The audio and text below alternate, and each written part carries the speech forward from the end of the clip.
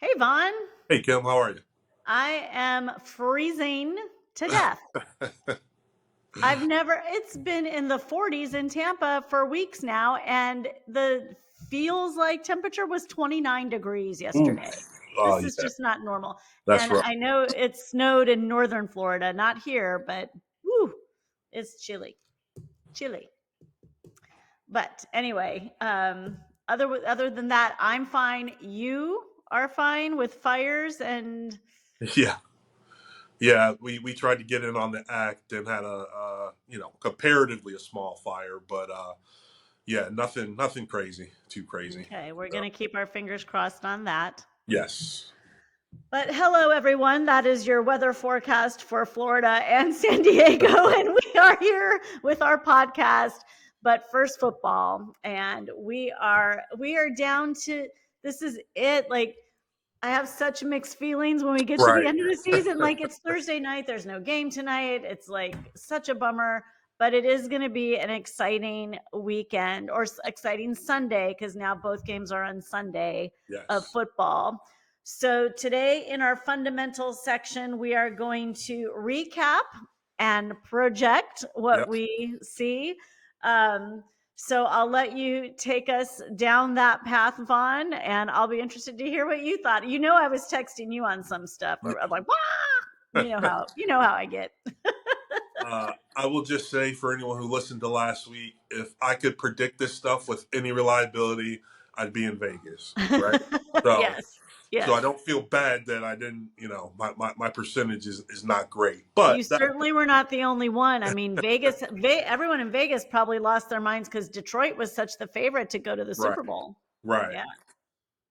So I guess we'll just start with that one, and that because that one just tons of points, an exciting game. The offenses both moved up and down the field, and that quarterback Jaden Daniels is just he's having a phenomenal. He's having a great year for a 10-year veteran quarterback, much less a rookie who's supposed to be figuring things out. And maybe that's part of it. Maybe he just doesn't know better that he's supposed to be like the stakes are so much higher. Maybe he's supposed to be a little tight, and he just doesn't seem. If you see him, he looks like he's just out there having fun, just in command of the offense. And there's Even on the sidelines, yeah, there's something about him. I feel like he is wiser than his years, and I feel like he's got a little bit of magic. I mean, it is really unusual to see a rookie play this yeah, way. perform at this level. Yeah, it really is. That's why everyone's just so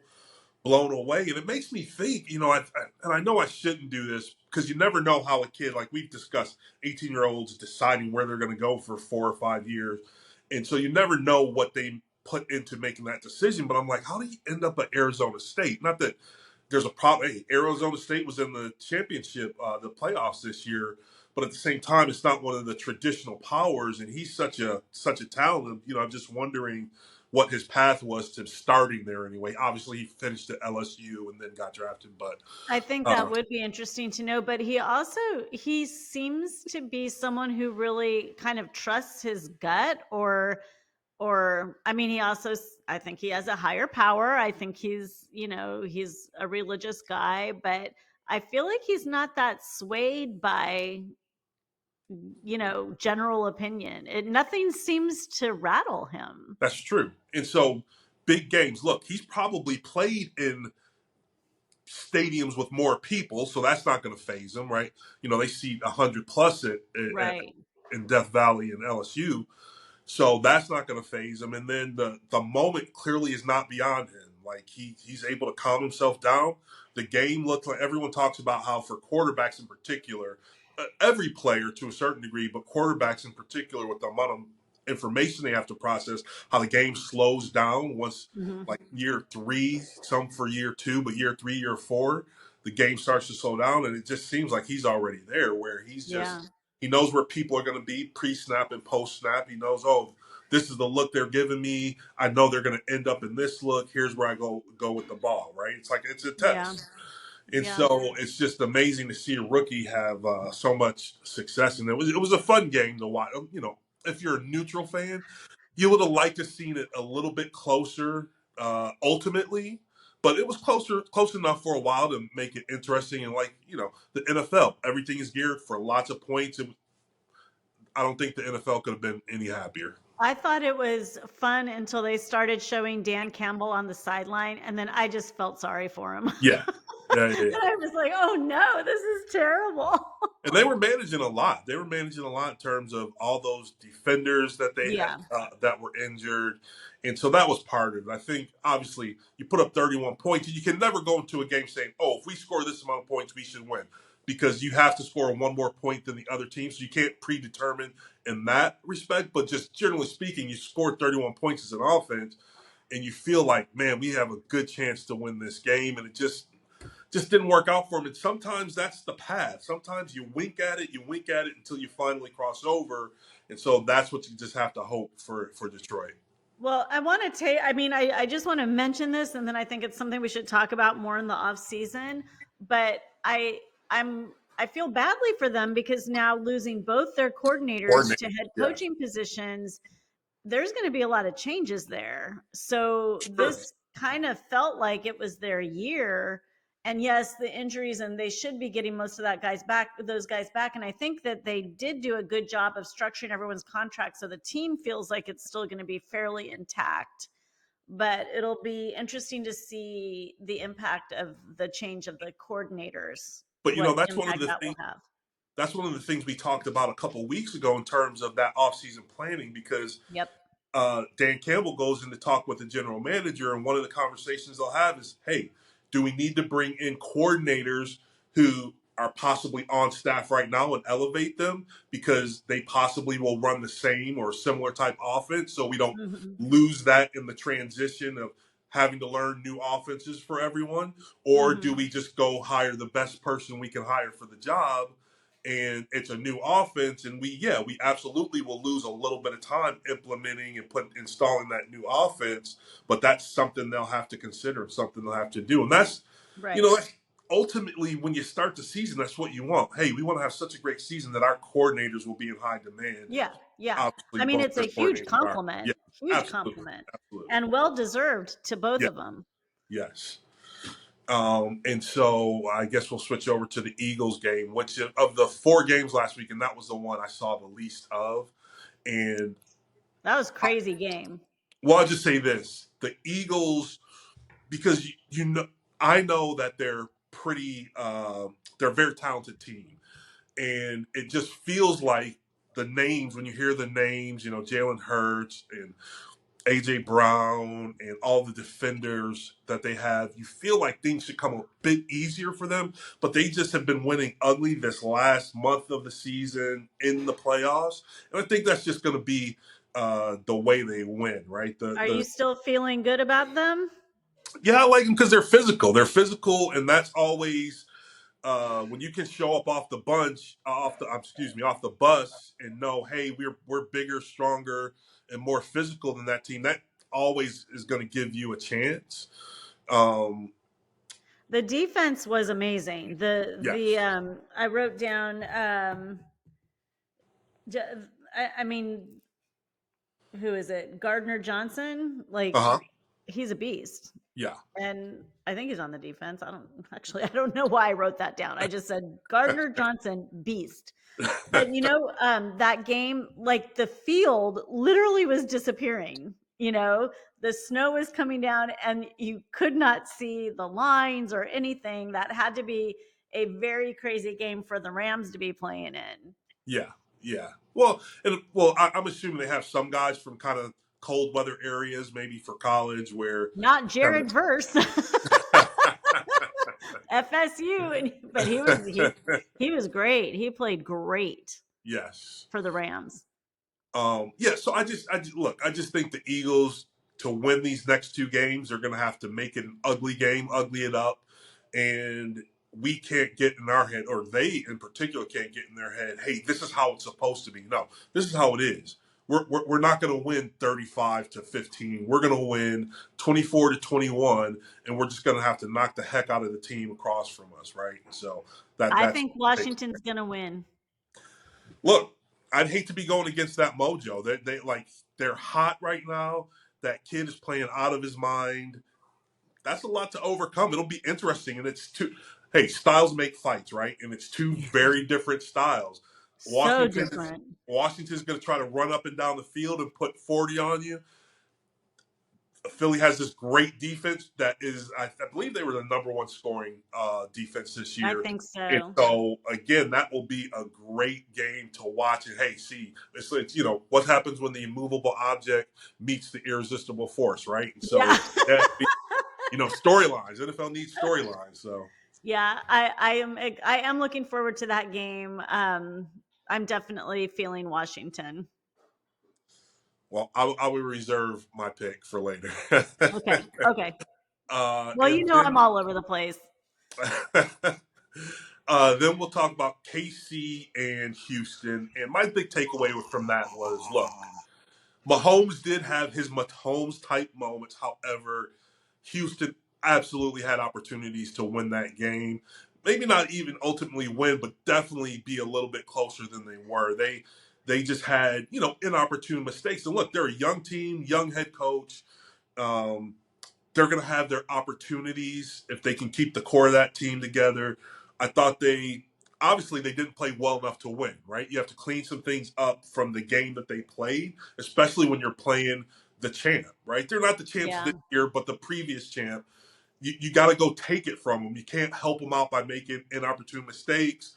You have to execute for the whole 60 minutes. And no one ever plays a perfect game, completely mistake free, but you have to limit those mistakes and take advantage of your opportunities. And so, again, which is what people have been saying the whole year, Kansas City, I don't know if looks vulnerable is the right way to say it. They're not world beaters this year. They're a good team that knows how to win in crunch time, but they are beatable. And I think Houston missed out on a great opportunity. I think what really got them were the 8 sacks. Now, I understand Yes. that CJ Stroud was the most sacked quarterback or second most in the league this year, but that was just horrible. Just Yeah. horrible. So they're going to have to address the line on, with some free agency or something. But I think there's such a fatigue around Kansas City, and if you're not from Kansas City, I don't think you like the Chiefs. I mean, every sport, even Dan Patrick that like played this whole thing about how bored everyone is by the Kansas City Chiefs, and I was texting you that Mahomes is the new Brady. The refs are so like pro Mahomes, and I know that really became a thing. But I will say that there was a hit on Jared Goff in that game that he went into the blue tent and he was cleared to play again. I don't think he ever looked the same after that hit. But if that had been Patrick Mahomes, they would have called roughing the passer, Yeah. or whatever, personal foul on that. I really believe that, and they, ugh, Well, if people remember far enough, it's the Jordan rules, right? And it's a thing. It's a real thing where yeah, superstars get the calls, and it's not. They say it's not intentional. It's kind of your the bias in the head of the ref, and like it's not like they got a call from the league office saying, "Hey, you got to protect this guy." But there's a little bit of bias. So um, again, I just think Houston missed out on a great opportunity, and we'll see. We'll see what happens moving forward. The big game of the weekend, at least for me, ugh, was Buffalo, Baltimore. that was Uh, so sad. Yeah, I just look. Mark Andrews is a very good player, and in the moment, not the first when he fumbled the drive before he dropped the 2 point conversion, but when he dropped that, my immediate thought was, because I'm a jerk anyway, but my immediate thought was, hey, go check his bank account. This guy's clearly point shaving, right? And now I feel not that I feel bad, but I That should have was joked. that was shocking to hear that from you. Well, but he's been an excellent player. They have a great rapport. No one feels worse than he does. He wanted to hold on to the fumble. He wanted to catch the 2 point conversion.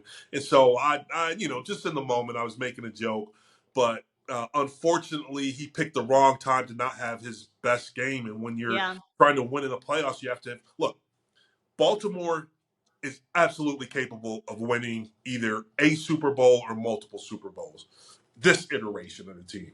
Yes. And I think they'll have other opportunities. The only problem is, like I said earlier, sometimes you wink at it until you finally cross over. But the other side of that coin is you wink at it, and sometimes because of money decisions, because of, like you said, coordinators go on to take better opportunities, sometimes it never comes back together quite the way it was. And you just look, you hope, and that's why you kind of have to live for the moment. You can't look back and say, "Oh God, let the play before the game before influence what happens on the next play." The next play is always the most important. I say that because they can't worry about what happened this season. Next year, everything has to be all in. This year, we're not going to worry about what happened before or what's going to happen after. I think they'll have other opportunities because Lamar is clearly in his prime. They were moving the ball up and down the field He was like, playing oh, so well. so well. So well. And they had Yeah. great play design where guys were everything. It looked easy. It looked very Yeah. easy. It And did. that's why I think, and look, Harbaugh's been such a great coach for so long. That's all you can ask. Look, Super Bowls, you can't predict them with any, as an organization, you can't predict when we're going to make the Super Bowl, but you can build an organization and a culture that's going to get us an opportunity to be in the playoffs, go deep runs into the playoffs. And that's why I'm betting on them having other opportunities. I totally agree with that. In fact, I took the poll in the Athletic, the New York Times newsletter. They said it Uh, was a poll about do you think Baltimore can win a Super Bowl? And I'm like, heck yeah, yeah, I agree with you. And I could be wrong, but it doesn't feel like there's as much Ravens fatigue out there as are like for Kansas City. I mean, I yeah, think people do like John Harbaugh, and I think people are. I mean, amazed by the play of Lamar Jackson. He's amazing to yes, watch. yes, Absolutely amazing to watch. I that one the first fumble by Mark Andrews was punched out. Like I mean, yeah, it would have been nice had he not dropped that, but it was punched out. Like yes, that you could see why that happened. But the 2 point conversion, that was just painful. yeah. That was just painful because it really looked like there was no reason for him not to catch that. Well, and it looked like it was like because from the first angle as the play was running, he had it, and then he fell back, and then it's like they switched angles, and I didn't know until they switched angles. I was like, "What do you mean he didn't? He caught it. What are you talking about?" And then I saw it, and it was just like, "Oh man, that is And I brutal." want to go back and watch it too because I really thought Lamar was just going to run it in, Yeah, yeah. but they must have been all over him because Um, yeah, probably and I everybody think thought that. it was a great play call because it gave him a two-way go. He could even if it was there, he was going to run it, and then like it opened up, so he threw it. And Right. Mark Andrews, Yeah. 9 times out of 10, is going to Oh catch that yeah. ball. Yeah. And then on the other side of things, look, Buffalo has a little bit of what Washington has right now. They got the True. mojo going. Allen's playing great, and I might have mentioned this last week, but I feel like Buffalo's offense. You can't name anyone else besides Josh Allen, but they're all playing bigger than the sum of their parts, right? It's just they're clicking. It doesn't matter who's running the ball. He's going to have a great day and might not pop one for 50, but he's going to get 6-7 yards at a clip, which you'll live with all day. And they just they have the mojo. Casey's vulnerable, so I was so happy. Damar Hamlin has been having a great season, yes. and he played really well. But I got to tell you, you know what really got me about that game? Tony Romo was Oh. awful. That was one of the worst games to listen to. He, uh, I just, he was annoying. He was annoying, and he kept now it's all about Josh Allen. Just, this is where Josh Allen should just start running the ball. Like, no, this is a team sport, Tony. Tony's clearly Duh. a huge Josh Allen fan. No one could tell. Um, Yes.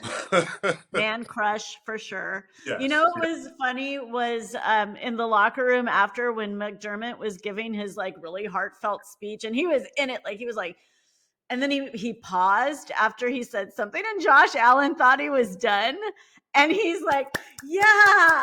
And everybody just looked at him because he wasn't done. Right. It was really funny. He's just pausing for dramatic effect. Yeah. And Josh Allen was just so pumped. He was like, yeah. Right. With his flowing locks, I told you I like his long playoff hair. It looks good. Hey, I mean, he's Samson right now. All right, so call it. Okay, so Eagles, Washington. Hard for me to pick against them, but I'm going to call for Eagles. I just think, I think ultimately they're going to be able to slow him down enough. They're going to have to score some points. I think the Eagles have to get to 30, and I think they will. And that might not even be that the offense gets to 30, but they might have a defensive score. And I think ultimately they probably win 30-24. Um, Okay, I'm going Washington, okay. and I think Washington will win 31-27. Okay. And then KC Bills. Look, the Bills have mojo going. KC has looked like at least a mortal team, even though they're a very good mortal team, but they're not omnipotent like they've been the last couple of years. And so I'm going Buffalo. I think they get in the 30s as well, and I'm going to go 30-21. And I am also going with Buffalo because I will never in my life go with Root for Kansas City. Kansas. And I will say that Buffalo is going, I think they're going to run a little bit away with it. And I think that there will be a defensive score. Okay. And I'm going to say Buffalo's going to win 35-17. Oh, okay. Because I So think I'm just, ugh. I've, I I've know got that's, I know that's crazy. no, not at all, not at all. But I've got a couple of my high school buddies that are going to go out for the game. Oh, yeah. Excuse me, and so I just wrote, look, dress warm, and here's the barbecue spot that you need to go to, which is anyone who's listening, maybe Joe's Kansas City Barbecue, which used to be Joe's Barbecue, which used to be Oklahoma Joe's Barbecue. Although I will say this, my favorite barbecue in all the land is burnt ends. And for my burnt ends, I actually prefer Gates, but that's it. Where is Otherwise, that? that's That's also in Kansas City? yes. Okay. And but anything else, and not that Joe's Kansas City has bad burnt ends. I just prefer Gates, and then anything else, Joe's Kansas City. So there you go. Okay. Yeah. All right, good to know. All right, so we'll see how that all goes down. Yes. So let's just move into our football frenzy. Yeah. And so I did have a fashion fave this week. I decided I would go with Roquan Smith from Baltimore because I could not get over the Dior sweater that he wore. He said Dior is for my friends, and what I loved most about it was a boat neck and then his jewelry with it and then the wide leg jeans. I thought that was such a fantastic look. So that was my fashion fave. I had a fashion flop. Well, I can save it for flop, or I'll just throw it out there because it's fashion. That boneheaded buffalo guy that shows up barefoot and wears stupid things. Those are stupid things. He was wearing some Fred Flintstone thing. I'm Yeah. I sorry. No, no, I'm sorry. This time he was wearing a bathing suit. Yeah. You sent that one. I I understand where I no, I don't understand. So I just call that a flop. But anyway, we'll move on. And then my football fave for this week just happened yesterday. Okay. And it is that Liam Cohen is staying in Tampa. Woo! So he was the number one candidate for the Jaguars job, Oh, is that apparently. right? Okay. But who wants that? I mean, bleh. So he decided to stay in Tampa. There was a great article in the Tampa Bay Times about his desire to be a head coach at some point, but this may not be the time. And why wouldn't he want to stay here where he's had like the most fun and he has such a great team? And, so that is by far my favorite thing that happened in football this week. And I think that puts us in a really great position for next year. Nice. So, I mean, that matters. Like continuity and all that yes. stuff makes a difference sometimes. So, And here's what I would like to see happen. So I'm gonna just put this out there for Jason Light. Here's what Kim Beal would like to see. Kim Beal would like to see Coach Bowles finish out his contract, which I believe he has another year. yeah. And then if he so chooses to retire, then we just slide Liam Cohen in. Okay. Succession planning. I used to have to do that as an executive in my store. Right. So that is what I would like to see. I don't want to see Liam Cohen going somewhere else. We need to slide him in when Coach Bowles is done. Okay. Well, let's see if he gets that kind of that buzz going. Because that, I will say this: I've seen sometimes where a guy turns, you know, look, I don't know if he was offered the job, but I'm saying doesn't take a position and then, hey, does it come back around, right? Like again, there's only 32, Right. Yes. There was so also a very sad article in the Tampa Bay Times about Byron Leftwich and what has happened with him. And yeah, he's not getting any calls. So yeah, yeah, I mean, I feel you're right. Like, and I thought about that because you and I have talked about that before, where it is risky, maybe not to take the job, yeah, but at the same time, look at Ben Johnson. He's sat out of the coaching carousel last year, and now yeah. he Got the so Chicago job, yeah. So yeah. So I feel like, you know, I mean, he could have gone to Jacksonville, and it just could have been a big fiasco yeah, because true. Jacksonville's kind of a fiasco. Look, like I said, there's only 32, so they're all great jobs, quote unquote. But I'm not sure that's the one you. Right. So what was your favorite this week? My fave was pretty just football forward. It was just the whole Jaden Daniels story because that's the other thing. At least as a casual fan now, is it's not just about the football. You want some cool storylines, and that's just one you don't Yes. have to look very hard to find, and it's very cool because it's easy. Look, I don't care about Washington other than the story, right? He just seems like a good kid and a good Yeah. story to root for, and so. He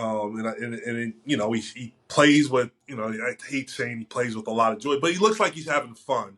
And so Yep. he's easy to get behind, and if he has success, then I'm all for it. So that was my favorite from the week. Yeah. Totally agree. Yeah. Frustration. So we already touched on mine. The officiating, I just thought in the Kansas City game was annoying, and then that what happened in Detroit, I didn't care for that. So those were my frustrations, So mine whether they're was valid or not. well, no, absolutely, Val, because mine is going to piggyback off that the officiating in the Kansas City game, but I'll just go a little bit deeper, and because it's problematic beyond just here's a couple bad calls, and it was the back judge both times in particular with the calls with the hits on Mahomes. Because here's the problem: because you want the fans to have faith that the game is going to be called in good faith and that the players are going to determine the outcome. But when you have two such egregious, and there's probably more, but those two in particular, calls in particular, were so egregious, that's what people start talking about. They don't talk about, the game and how Kansas City overcame this, and Yeah. they talk about that because they do feel like you said, like he's the new Brady, and so all the calls are going to go his way. But beyond that, it's going to shape the outcome of the game, which it absolutely did. And, Yes. and it's so the competition committee will hopefully look at those calls because right now, as it is, you can't challenge those type of calls. Right. But Yeah. and I get why some of that happens because everyone's look, why don't we just completely lean into technology and any call that's not right, let's look at it and revert. I get it because one, sometimes you want to keep the flow of the game going, but in these situations, especially maybe it's a playoff rule where you can look at everything. I don't know, but Yeah. Yeah. they just shape the feel of the game too much for it to let those go. And so hopefully, look, we talked about the refs are graded every play. So hopefully he does not get to call any more games these playoffs, because it was just I hope those not. two calls were just awful. So bad. Yes. So my flop, you have talked so much about how important it is to put good tape out there, Yeah. as a player. I thought that special teams player for Houston, Boyd, what's his last name? Boyd. I was like, Boyd Hugh. That means Boyd Houston. Houston. His last name is Boyd. He was the one that whatever happened in the play, special teams play, he threw his helmet and then he went off the field and started shoving his coach. Coach, right. That's horrible. Yeah. That's bad tape, Yeah. right? Oh, for Like sure. that, I mean, that could be a career killer for him.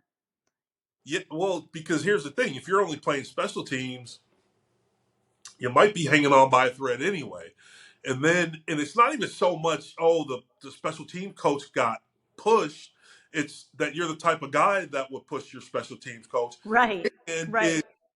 in that moment, don't compound what you just did by making it all about you on top of it, right? And so Right. it's just like you said, yeah, it's not great tape. Yeah.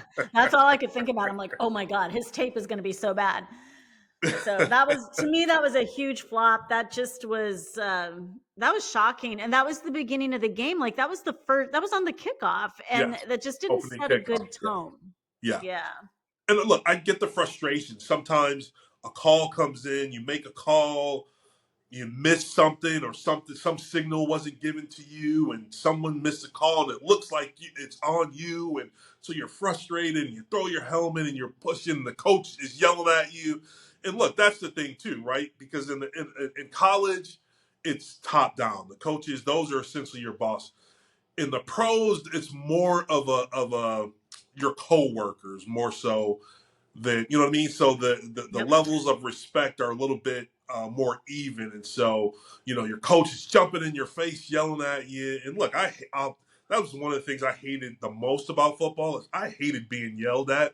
Not even for the sake of being yelled at. I hated being called out and embarrassed. Like I just got Yeah. embarrassed when Yeah. I got called. Yeah, no, coach, I get it. I screwed it up. I know, right? Like so, but you can't react that way. You gotta be a little bit more mature. So What was your flop? I got ahead of myself when I was talking about the Bills game. So my flop was the Ravens because of what I talked about in terms of you don't know if moving forward everything's going to be the same and everything. While I think they'll have other opportunities, you never know. And just for example, my rookie year, we go to the playoff, to the Super Bowl. The next year, we go to the wild card round, have an opportunity to win, but we don't. But the thing that the older guys were telling me my rookie year was, hey, appreciate this for what it is. This is my ninth year. This is my 10th year. This is my whatever year. This is my first time going to the Super Bowl. And while I was giving them lip service that I understood in the back of my mind, I'm telling myself, we're the second youngest team in the NFL this year. I'm going to have other opportunities. We're going to make it back. And then after I went to the playoffs my second year, I never saw the playoffs again with the Chargers. And I played here for 10 years. So you never know that it's always going to be the same. And so you got to strike when the iron is hot. And so that's why I say it's a flop, even though I do think they will have other opportunities because Lamar's just so good. So that was my. Yeah. That's kind of sad, Vaughn. There are no tears in NFL football, Kim. I don't believe that for a minute. I'm pretty sure Mark Andrews shed a few. Yeah, maybe so. Yeah. Yeah. Well, so we got a great day on Sunday ahead. And one thing we haven't talked about, and we'll have to talk about it next week, is some food because now we're getting to Yes, that point where we got to have our playoff food and then our Super Bowl food. So I'll be thinking about what I'm going to make on Sunday. Because in between the championship games, we have that 1 week where there's week. nothing. Yeah. Yeah. So, I mean, not that there's nothing, there'll be stuff happening, that's for Well, sure. I But think the Pro Bowl event will be that weekend, and yes, it is. but It's in but yeah, Orlando. Maybe Ashton can go and he can be our sideline yeah. reporter at the Pro Bowl. but then also that'll be a good topic because the guys obviously are coming down for our big Super Bowl weekend, and so my buddy Paulo has already been hitting me up about, hey, what do you think we should have this night? What do you think we should have Yeah. that night? Where Yeah. do you think we should? Yeah. So we're So already into it. We're already we'll planning. have some good food conversation coming, Yeah, I'm sure. absolutely. So, all right, everyone. Well, thank you so much for listening to But First Football. And we hope that you will give us a follow on all the various social media platforms and subscribe to our podcast. And looking forward to good, not just good, like great, exciting games on Sunday. Yes, hopefully, fingers crossed. Fingers crossed. All right. Well, thank you, Vaughn. Thank you, Ashton. Ashton, we'll talk about that Pro Bowl situation. I'm kind of liking that idea for you. And I'll talk to you guys later. All right, see you, Kim. Peace. Bye. Bye.